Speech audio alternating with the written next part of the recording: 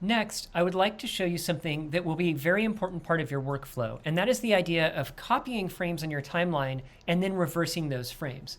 So let me show you an example of a very boring animation we have here in which an elephant appears, a monkey appears, and a giraffe appears.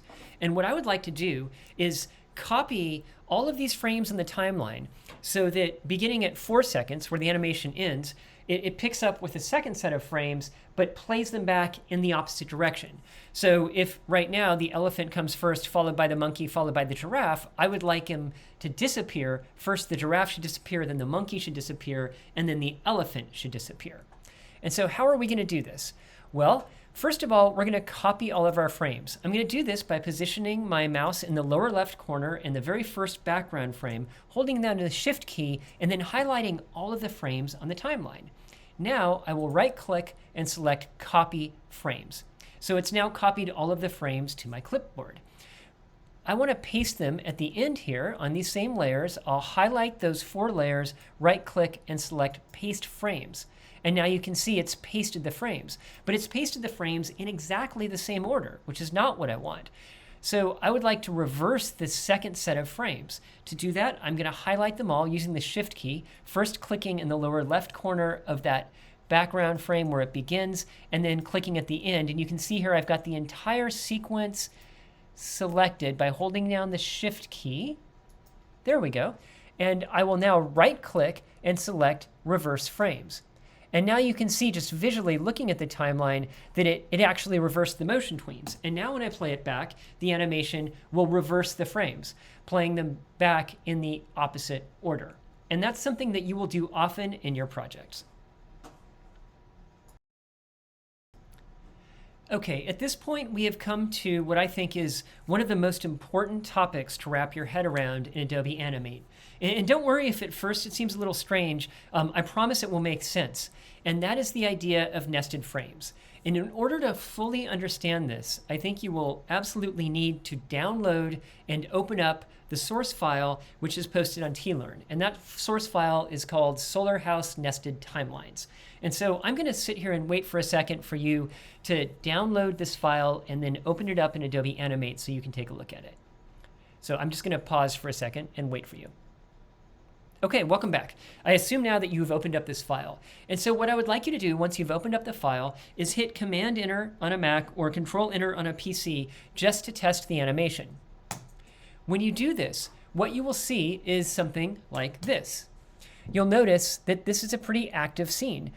This house is animated in many ways. Toast is flying out of the toaster. There's steam coming off the stove.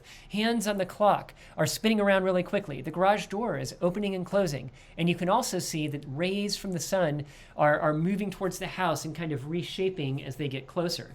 And we'll talk about how those rays are animated in a bit. But now, take a second to look at the timeline itself for the movie. Now, the main timeline for this active animated movie only has 1 frame. And that might seem really counterintuitive at first. Like, how could you have animation if there's only 1 static frame? How can things be moving if there's no time lapsing? And the answer is that all of the movie clips, which are positioned on the stage, actually have their own nested timelines. So let's take a look at that. For example, let's take a look at the clock. So you can see here that I'm highlighting the clock right here on the stage. I'll get a little closer to it. You can see that's the clock. If I click on it on my main timeline, you'll see it just shows me, okay, I've highlighted an instance of the clock movie clip. I'm going to double click on that now. When I double click on it, take a look at 2 things that have changed. First of all, you'll see at the bottom, the timeline is now much, much more complicated. There's a lot going on here. There's a lot of animation happening. So that's the first thing to notice. The other thing to notice is look up at the top of the screen here. It tells us now that we are inside of the clock movie clip, which is an object that is on the stage in scene 1. If we wanted to get back to the main timeline, we could click up there where it says scene 1. It would bring us back to the top, and we'd be back into a situation where we only have 1 single frame of animation. But let me double click on the clock again. You can see now I am inside the clock, and the clock has its own timeline that's built in. And this is going to be incredibly powerful for reasons that I'll explain in just a second. But what I'd like you to do now, before we reconnect, is click on some of these other items on the stage, whether it's the rays of the sun or the garage door, and just take a look at how when you click on one of these movie clips, many of them have their own nested timelines. And you'll also notice how you can get back to the main timeline. So just take a second to kind of click around this file, just for a minute or two, just to see how there are movie clips with nested timelines and how all of this animation happens inside an Adobe Animate file that really just appears to have one single frame on the timeline. These are nested timelines. Now you might be thinking, this nested animation thing sounds interesting, but pretty abstract. How could this possibly help me on my animation project? Great question. Let me give you an example that I think will make sense. So I am now looking at a file which has a jungle background and a monkey object placed on it. And the monkey is actually a movie clip. And as you can see, there's just one frame in this animation. Now, if I double click on the monkey movie clip, a few things are happening here. First of all, notice how the background is becoming a little more shaded out, a little more transparent. It's doing that to show me that I'm no longer viewing the main scene of the movie. I'm actually inside the monkey movie clip. It's also indicating this up at the top there. It shows me I'm in the monkey movie clip, which is positioned on the stage in scene 1.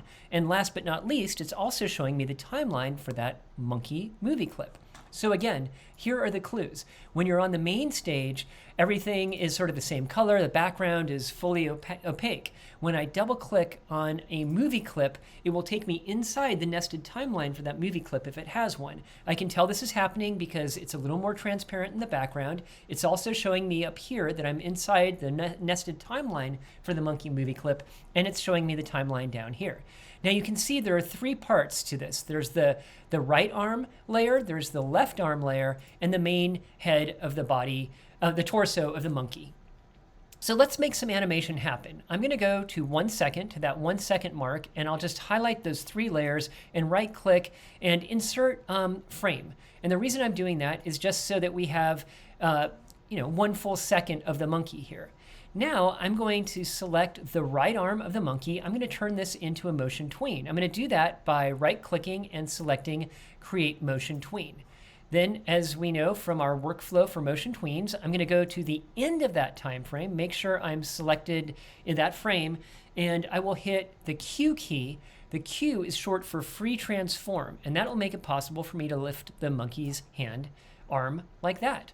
Now, I want to do the same thing, however, with the left arm. So I'm going to go here, highlight that object, select Create Motion Tween, move to the end of the time span, and now grab the Free Transform tool, which was already active, but it's the Q key will make it active. And I will also, oh, that's not right. I want to get the rotation and rotate his arm up, or the monkey's arm, their arm. I don't know anything about this monkey's gender. So the monkey is now on the stage lifting their arms up and down. If I go back to the main scene and I test my movie, you'll see the monkey's lifting his arms, but it's a little jerky, right? It's a little strange. So before we do anything else, I want to go back to our nested timeline and just kind of make the animation a bit more smooth.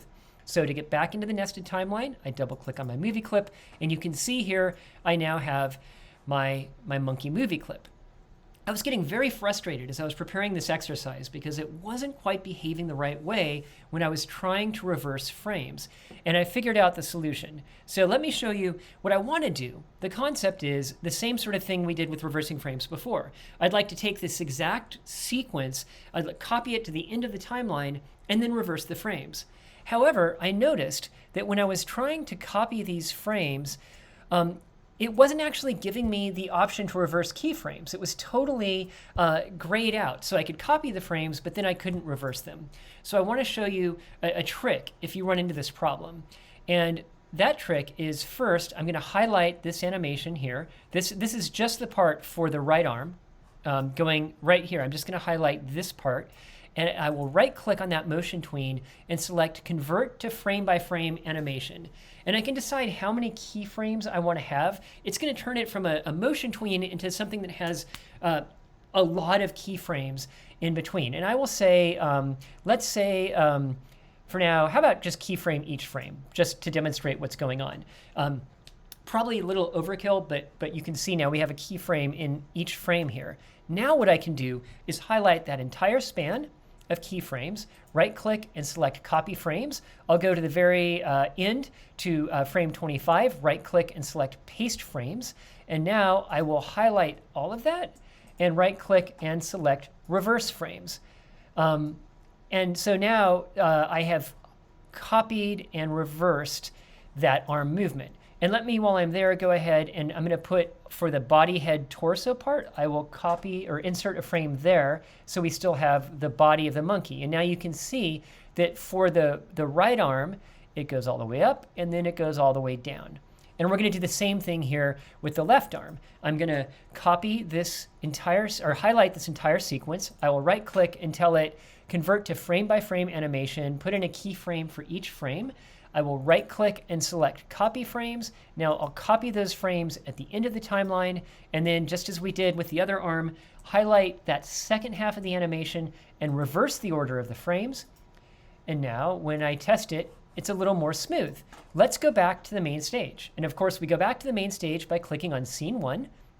Now if I test my movie clip, you'll see it's much smoother. The monkey's arms go up and down because I have reversed the frames. And the weirdness that I wanted to draw your attention to inside of there that was very frustrating at first, when I wasn't able to reverse the frames, I realized that I was able to turn that motion tween into a frame-by-frame animation, and then it was really easy to reverse them. So if that's a little confusing, don't stress about it. The important thing to take away from this module, or from this section of the video, is this notion that movie clips have nested timelines, and those nested timelines can be really powerful.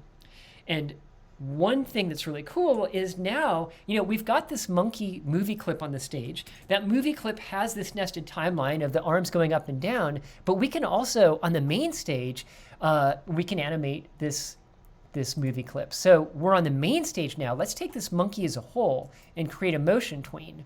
And here, let me extend the background out here by adding just a frame. And you can see, let's do a motion tween. Let's move our monkey very slowly over to the edge of the stage and see what happens now when we test the movie.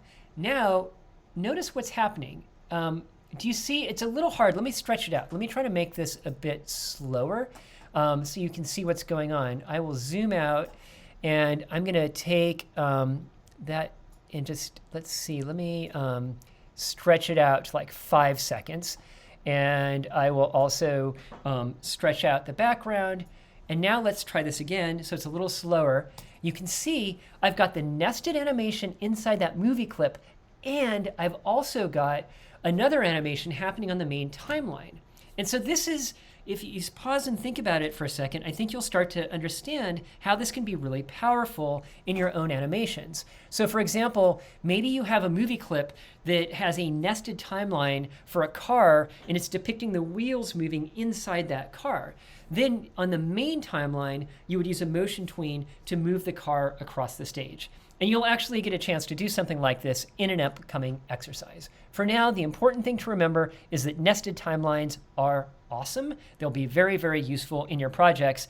And movie clips can have nested timelines inside nested timelines inside nested timelines to infinity and beyond.